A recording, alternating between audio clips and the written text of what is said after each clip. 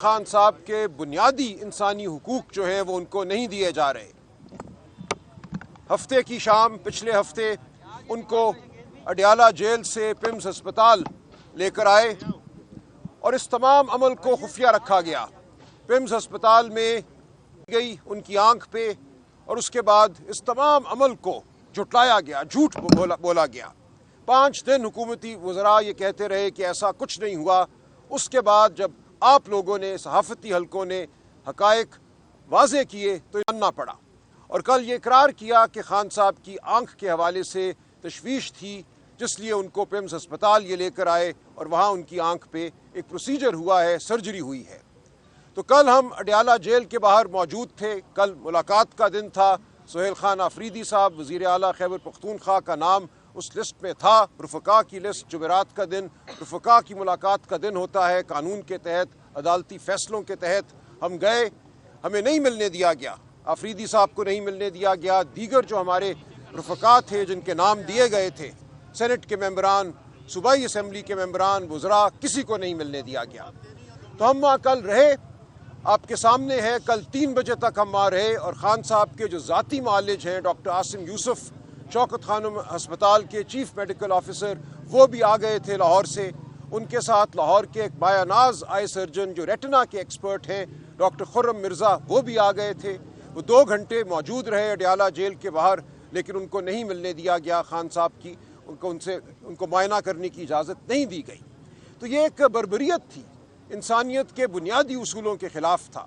Jail کا قانون جو ہے وہ بھی یہ کہتا ہے کہ اگر کسی قیدی کو آپ ہسپتال میں لے کر جاتے ہیں کسی عمل کے لیے تو فی الفور آپ نے خاندان کو مطلع کرنا ہے۔ خاندان کو نہیں بتایا گیا کہ کیا وجہ تھی ان کو ہسپتال لے جانے کی، یہ بھی نہیں بتایا گیا کہ کس ڈاکٹر نے وہاں کیا پروسیجر کیا ہے، کیا آپریشن کیا ہے، کیا انجیکشن لگائے ہیں، کیا دوائی دی ہے۔ تو یہ سب کچھ عمران خان اور اس قوم پر ایک حملہ ہے، ہمارے انسانی حقوق پر حملہ ہے۔ تو ہم آج یہاں آئے ہیں سپریم کورٹ کے باہر، 200 کے قریب پارلیمنٹیرین موجود ہیں، اور پارلیمنٹیرین پورے ملک سے اس وقت جہاں آ رہے ہیں۔ لطیف کھوسہ صاحب، سینئر ایڈوکیٹ سپریم کورٹ، اور میں کچھ دیر قبل چیف جسٹس یحییٰ آفریدی صاحب کے چیمبر میں گئے۔ ہم نے وہاں ملاقات کی درخواست کی، پتہ چلا کہ چیف جسٹس صاحب اویلیبل نہیں ہیں اپنے چیمبر میں۔ ان کو اطلاع دی گئی کہ ہم آئے ہیں، اور ان کے کہنے پر پھر رجسٹرار سپریم کورٹ نے ہم سے ملاقات کی۔ ہم نے یہ تمام صورتحال رجسٹرار صاحب کے سامنے رکھی ہے، جو خود ایک سیشن جج ہیں۔ ان کو ہم نے بتایا ہے کہ خان صاحب کی جو صحت ہے اس کے حوالے سے ہمیں شدید تحفظات ہیں، اور جو ڈاکٹر صاحبان اس وقت موجود ہیں اسلام آباد میں، جو اس شعبے سے کے حوالے سے مہارت رکھتے ہیں، ان کو دیکھنا فی الفور انتہائی ضروری ہے۔ اس کے بعد ہم ملے ہیں اٹارنی جنرل صاحب سے، ان کو بھی ہم نے یہی تمام صورتحال بتائی ہے۔ رجسٹرار صاحب نے بھی اور اٹارنی جنرل صاحب نے بھی، دونوں نے یقین دلایا ہے کہ ایک مثبت کوئی قدم اٹھایا جائے گا، اور جو متعلقہ ڈاکٹر صاحبان ہیں ان کو موقع دیا جائے گا کہ وہ خان صاحب کو دیکھیں، اور خان صاحب کے باقی جو تمام حقوق ہیں ان کے حوالے سے ہماری پٹیشنیں یہاں دائر ہیں۔ ہم بار بار یہ کہہ چکے ہیں اسلام آباد ہائی کورٹ کو، وہاں کے چیف جسٹس صاحب کے چیمبر میں ہم 16 درخواستیں دے چکے ہیں، ان سے ملے ہیں جا کر، لیکن کچھ نہیں ہو رہا۔ جو منگل کی میٹنگ ہے خاندان کی اور وکلاء کی، وہ نہیں کرائی جا رہی۔ جو جمعرات کی میٹنگ ہے رفقا کی، وہ نہیں کرائی جا رہی۔ تو یہ ایسی صورتحال ہے جس نے اس نظام کو بند گلی میں دھکیل دیا ہے۔ اس نظام کے سامنے نہ قانون کی کوئی وقت ہے، نہ انسانیت کی کوئی وقت ہے، نہ شرافت کی کوئی وقت ہے۔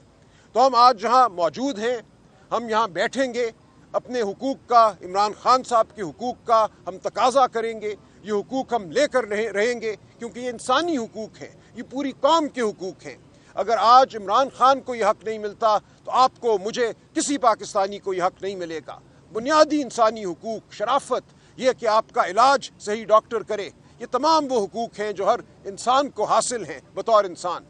تو ہم یہاں بیٹھیں گے آج۔ وزیر اعلیٰ خیبر پختونخوا میرے ساتھ کھڑے ہیں، لطیف کھوسہ صاحب کھڑے ہیں، یہ دونوں بھی کچھ آپ سے بات کریں گے، اور تمام پارلیمنٹیرین جو آپ کے ارد گرد ہیں، ہم یہاں بیٹھیں گے۔ ہم اپنا حق، عمران خان کا حق لیے بغیر یہاں سے نہیں ہٹیں گے۔ خان صاحب کے بنیادی انسانی حقوق جو ہیں وہ ان کو نہیں دیے جا رہے۔ ہفتے کی شام پچھلے ہفتے ان کو اڈیالہ جیل سے پمز ہسپتال لے کر آئے، اور اس تمام عمل کو خفیہ رکھا گیا۔